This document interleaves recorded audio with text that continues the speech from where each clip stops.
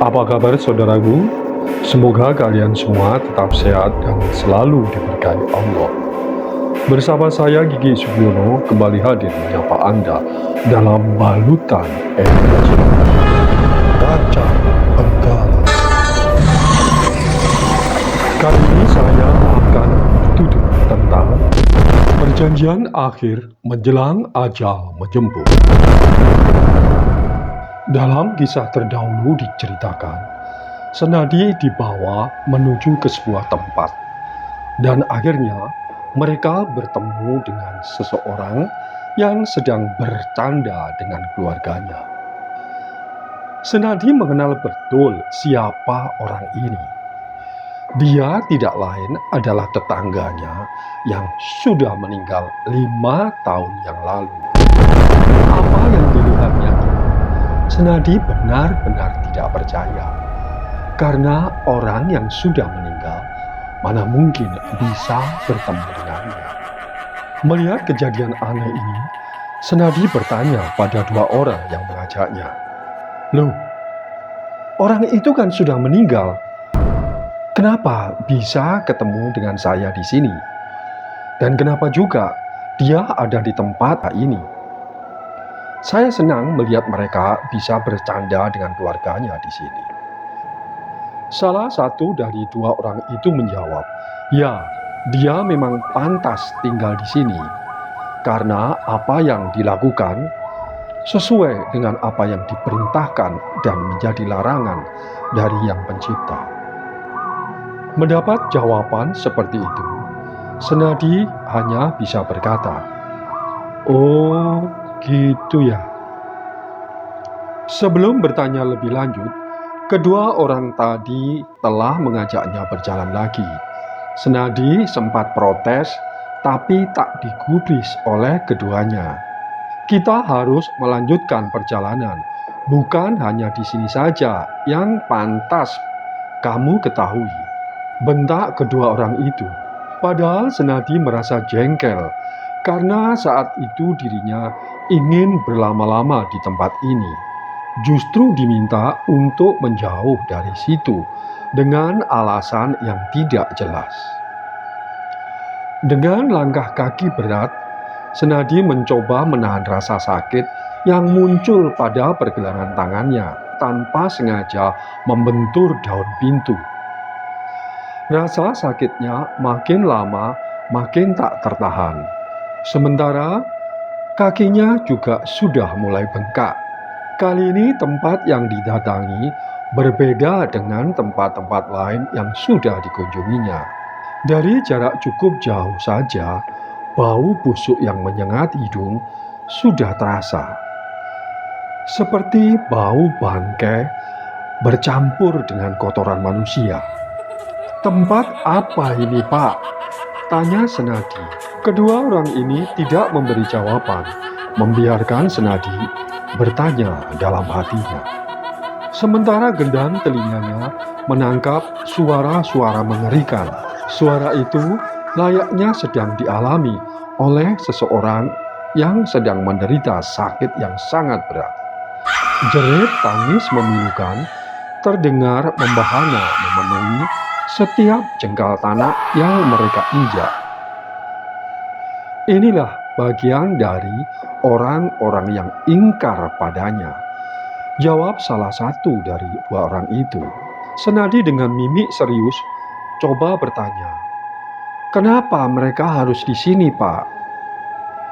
"Memang ini yang paling pantas dan pas buat orang-orang yang berlumuran dosa tadi," jawab kedua orang itu. "Kalau kita diminta untuk menolong orang-orang sengsara, kenapa malah di tempat ini mereka dibuat makin menderita, Pak?" tanya Senadi lagi.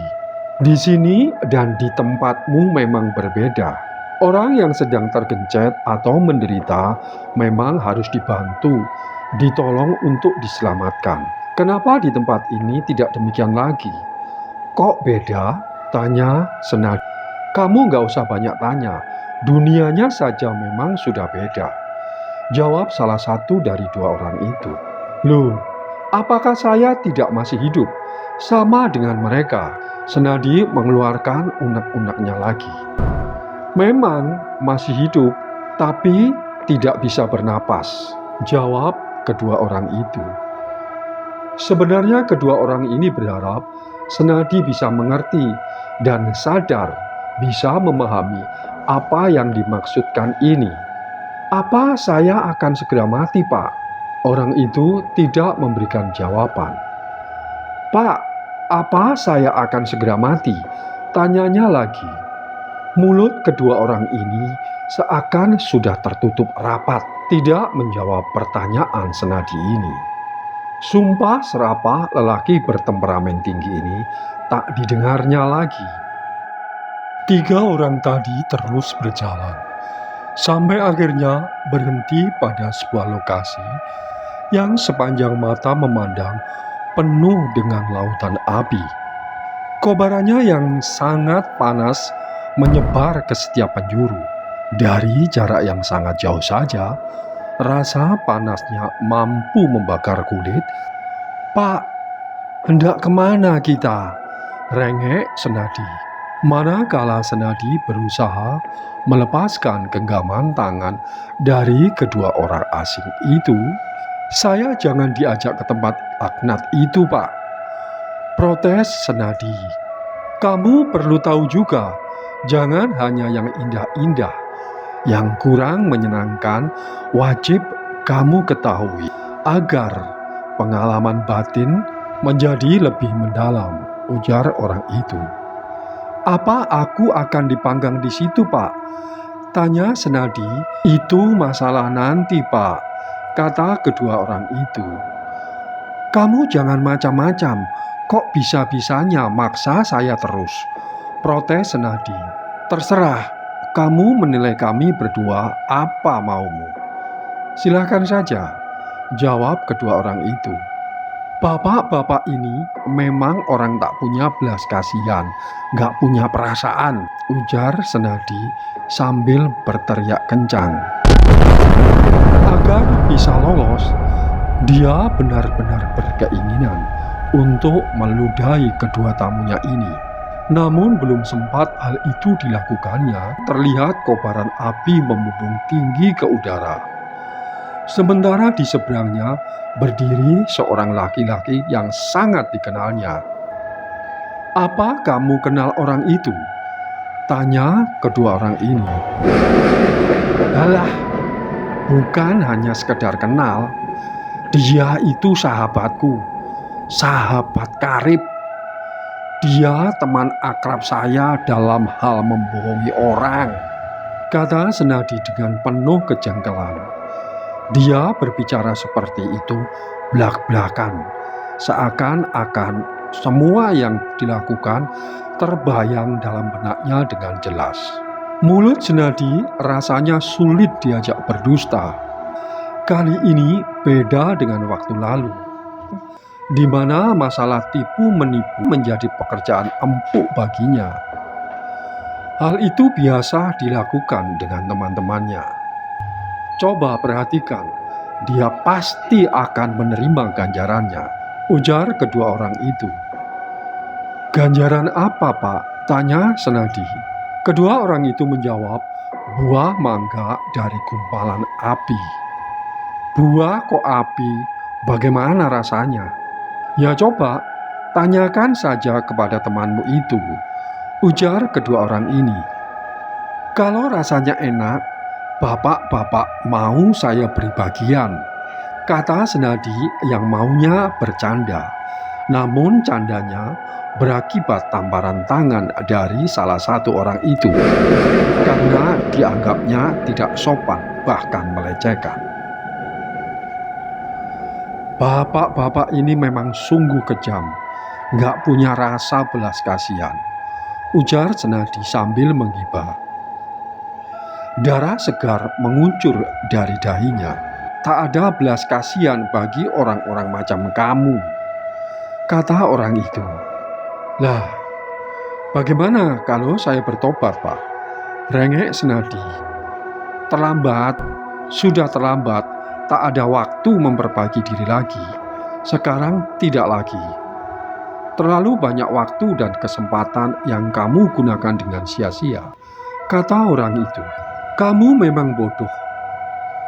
Untuk urusan dunia kamu utamakan. Waktu luangmu hanya untuk urusan dunia dan berburu harta. Tambah orang itu dengan penuh amarah. Tolong beri waktu lagi saya, Pak. Tolong, rengeknya lagi. Kami sudah tidak bisa memberikan toleransi. Tuhan telah memerintahkan kepada kami untuk melakukan perjanjian. Paling akhir antara kami dan kamu, ucap dua orang itu. Tak bisa, saya tidak mau, jawab Senadi dengan tegas. Tak kala dua orang tadi menyeretnya pada suatu tempat yang asing dan sangat aneh, yang belum pernah didatangi manusia sebelumnya.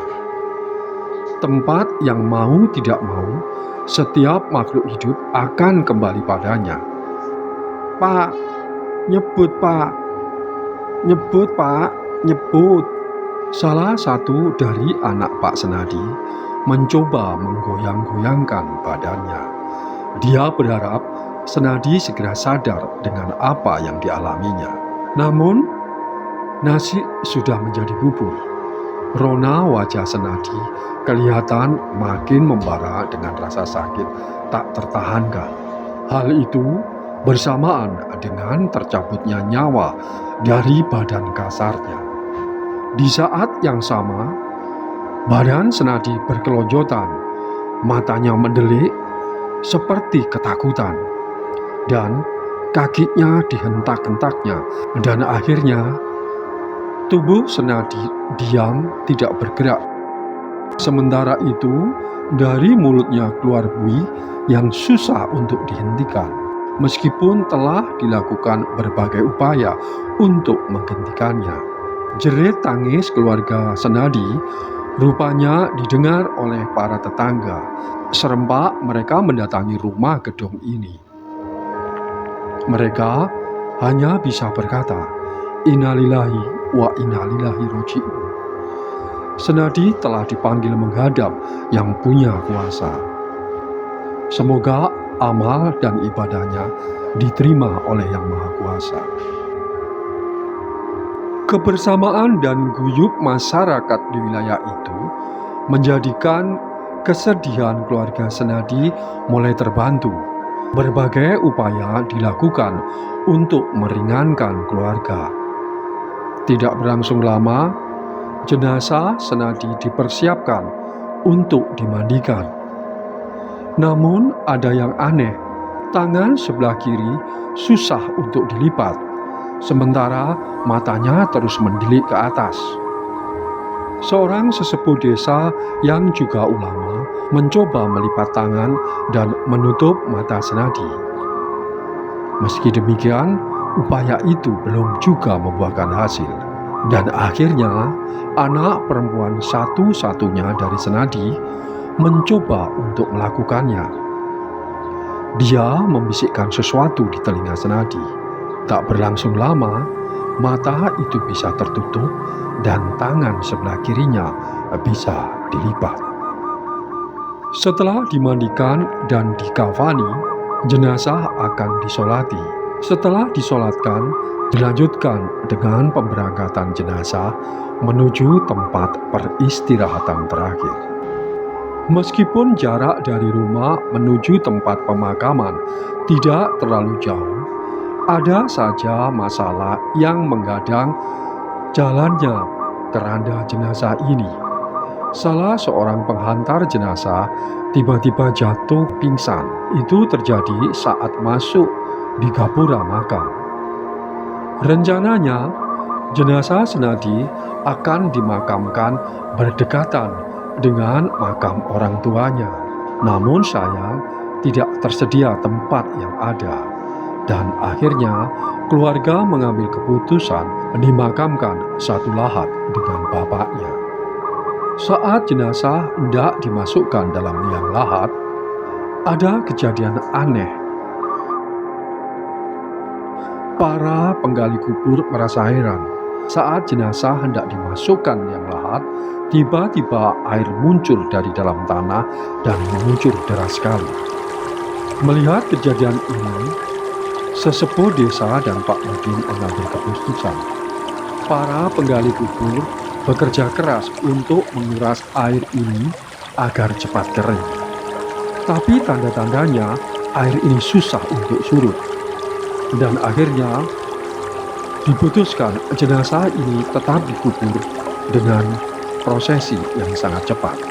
Dan akhirnya jenazah berhasil ditutup dengan papan dan ditimbun dengan tanah.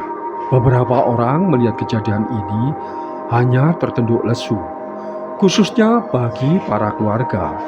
Ini menjadi pengingat bagi kita yang masih hidup, bahwa apa yang ditanam nanti pasti akan menuai. Oleh karena itu, berlakulah bijak sebelum malaikat maut menjemput. Saudaraku, perjalanan hidup manusia memang tidak sama.